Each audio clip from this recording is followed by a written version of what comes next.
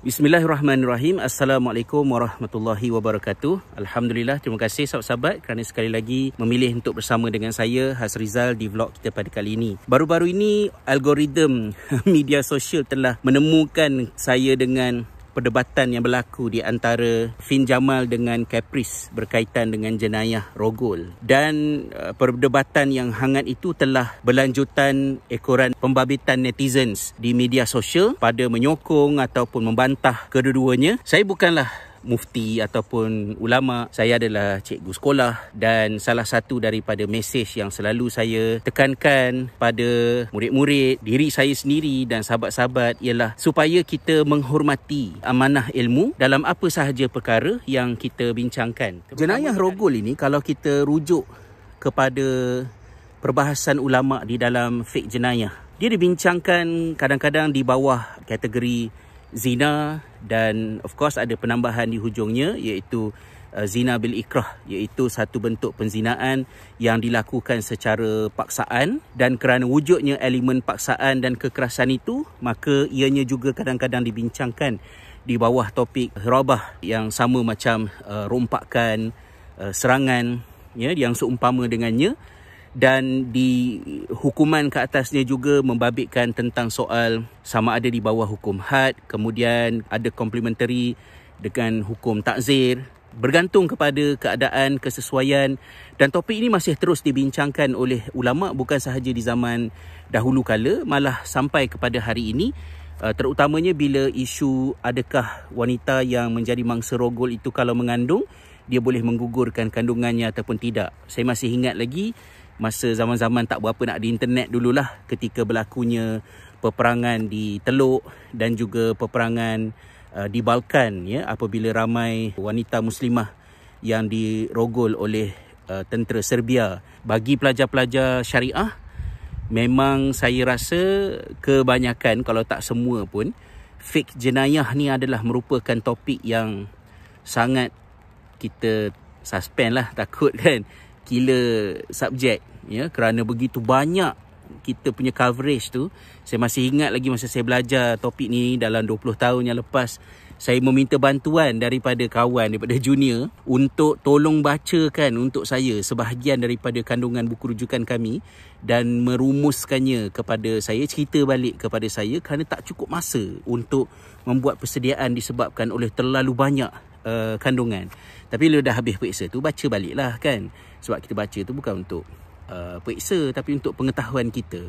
Dan sebelum daripada topik Rogol itu menjadi topik di dalam fiqh jenayah, terlebih dahulu kita juga telah belajar fiqh ibadat dan juga fiqh muamalat. So di dalam topik fiqh ibadat dan fiqh muamalat ini, kita tahu bagaimana dalam Islam peraturan-peraturan seperti pemakaian, soal menutup aurat, tentang soal tabarruj ya, berhias, bersolek, kemudian pergaulan di antara lelaki dan perempuan, semua itu adalah merupakan sebahagian daripada pendekatan pencegahan yang dilakukan oleh Islam dengan tujuan untuk secara akumulatif mewujudkan persekitaran yang meminimumkan untuk jenayah berlaku. Dan dia tidak terhenti setakat di situ saja, malah soal meningkatkan kualiti pendidikan dan memperbaiki hal ekonomi masyarakat juga sebahagian daripada proses untuk mewujudkan social security net, agar kecenderungan untuk jenayah-jenayah berlaku, termasuklah soal zina, perkahwinan bawah umur dan juga jenayah Rogol ini dapat diminimumkan. Akan tetapi apabila ada secara individu mana-mana umat Islam yang tidak mengikut peraturan-peraturan ini, maka tidak semudah itu untuk kita mengaitkan di antara tak ikut peraturan itu dengan berlakunya jenayah Rogol tersebut. Kita berhati-hati dengan soal irtibat dan asbabiyah, ya, apa ni, causation, correlation dan causation yang kita belajar, mengaitkan sesuatu dengan satu. Tak tutup aurat, Rogol. Dan juga apabila berlakunya jenayah Rogol itu, tumpuan mesti diberikan khususnya kepada si perogol itu kerana dia yang melakukannya. Dan saya bercakap tentang hal ini bukan kerana saya ni seorang feminis ke, bahkan saya aware dengan hal tersebut, akan tetapi apa yang merumitkan perbincangan kita dalam hal ini ialah apabila wujudnya kekeliruan di antara soal budaya yang bercampur aduk dengan agama, menafsirkan hukum-hukum agama ini daripada sisi pandang ketuanan lelaki. Mesej saya dalam kes yang seperti ini, sepatutnya perdebatan itu tidak berlaku. Jangan cakap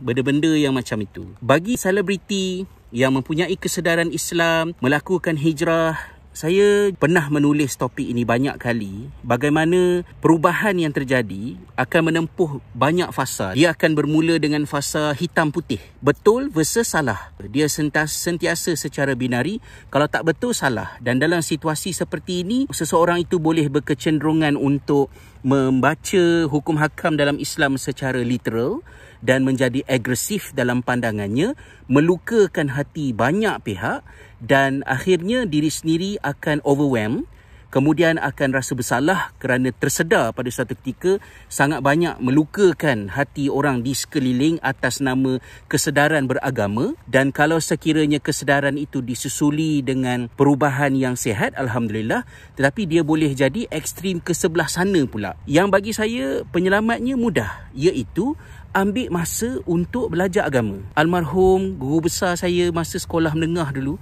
lama dah, ni cerita 30 tahun sudah. Dia kata, selagi buku lali kamu tak kematu, kamu tak akan faham agama. Maksudnya merujuk pada masa tersebut kita banyak belajar kan, banyak belajar dekat surau. Jadi masa belajar kat surau tu, sebagai tambahan daripada apa yang kita belajar dekat kelas, kita banyak bersila. It takes a long time, a lot of sleepless nights in order to understand hukum agama. Perbahasan-perbahasan seperti inilah yang menjatuhkan maruah ilmu agama, kerana ia menggambarkan seolah-olah ilmu agama ni tahu sikit, lepas tu nak belasah.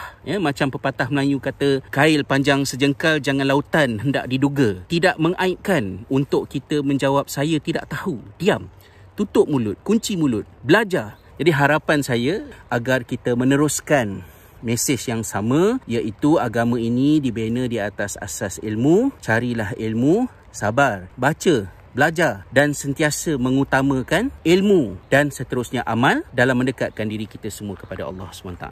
Hingga bertemu di dalam vlog yang seterusnya. Terima kasih sekali lagi. Assalamualaikum warahmatullahi wabarakatuh.